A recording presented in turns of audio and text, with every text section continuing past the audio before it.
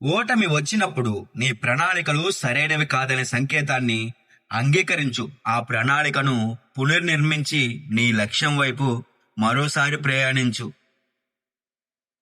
నీ మనసును ఒక లక్ష్యంపై పెట్టి చూడు. నిన్ను దాని దగ్గరకు చేర్చేందుకు ప్రపంచం ఎంత త్వరగా పక్కకు జరుగుతుందో నువ్వే గమనించు. నీ గురించి నిజం చెప్పేవాడి నుండి సలహా అడుగు. అది వినటానికి నీకు బాధ కలిగినా సరే. ఖాళీ ప్రశంసలు నీ అభివృద్ధికి ఏమాత్రం పనికిరావు. నువ్వు ఎక్కువగా ప్రేమిస్తే బాధపడతావేమో, కానీ తక్కువగా ప్రేమిస్తే మాత్రం దుఃఖంలో జీవిస్తావు. నమ్మకంతో కూడిన కోరికకు అసాధ్యమనే పదమే తెలియదు.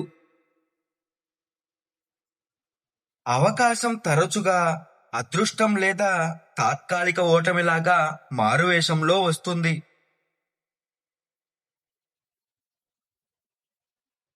ఆగిపోయేవాడు ఎప్పటికీ గెలవడు, గెలిచేవాడు ఎప్పటికీ ఆగడు. తనకు చెల్లించిన దానికంటే ఎక్కువ పనిచేసేవాడు త్వరలోనే వాడు చేసిన దానికంటే ఎక్కువ చెల్లించబడతాడు. గుర్తుపెట్టుకో, చట్టం గురించి ఎక్కువగా తెలిసిన న్యాయవాది కాదు, కేసును పగడ్బందీగా సిద్ధం చేసిన న్యాయవాదే గెలుస్తాడు.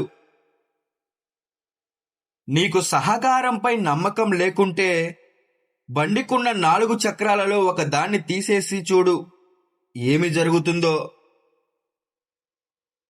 చాలా మంది గొప్ప వ్యక్తులు వారి గొప్ప విజయాన్ని సాధించేది ఒక గొప్ప వైఫల్యాన్ని అధిగమించిన తరువాతే. 40 ఏళ్ళకి నీ దగ్గర డబ్బు లేకపోతే బాధపడకు. సరి చేసుకునే అవకాశం నీకు ఇంకా ఉంది. డబ్బు సంపాదించే సామర్థ్యానికి వయసుకి సంబంధమే లేదు.